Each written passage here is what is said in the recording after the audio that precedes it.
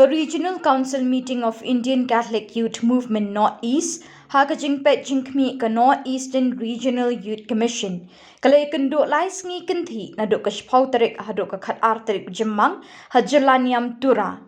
Hadok khat santli ki jalaniam diocese jong ka than lam mi ngi lawan ban shimenta hakini ka Jingialang balane lais ngi lente. Hakini ka Jingialang la Jied Nongkitkam Bathymmai jong ka Seng, Samla, Katholik, hakadong lam mi ngi jong kari India ki bantre kam na kabenta lais nem arjar arpusaw hado arjar apunri. Layatai sani bahai ki matre kam jong kani ka Seng Samla.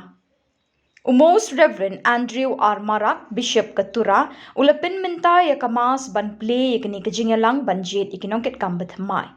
Katba Most Reverend Jos Chirakal Bishop Sindrop Tura, ulapin minta ya kamas penwa ya kani ka Jingialang. Ya ka Jied Nongkitkam Bathymmai, lapin ya the Reverend Father Albert Levant na Imphal Archdiocese. Legit prangut Nongkitkam Bathymmai jong ka Seng Samla jong kani ka than lam mi ngi. Kiban mi khmat ikjalaniam Shillong, Aizol, Jowai, Kohima, Goti, Dipu, Batnongston.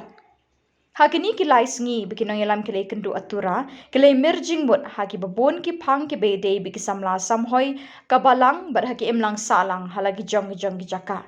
Kinong yalam Bathymmai jong ka Seng Samla kin shimti ban penyat yaki kam nadu banai julliu banwan. And I training yaki the Reverend Father John Burman, Regional Youth Director, but the Reverend Sister Wansuk Lingdo, Regional Youth Lady Animator.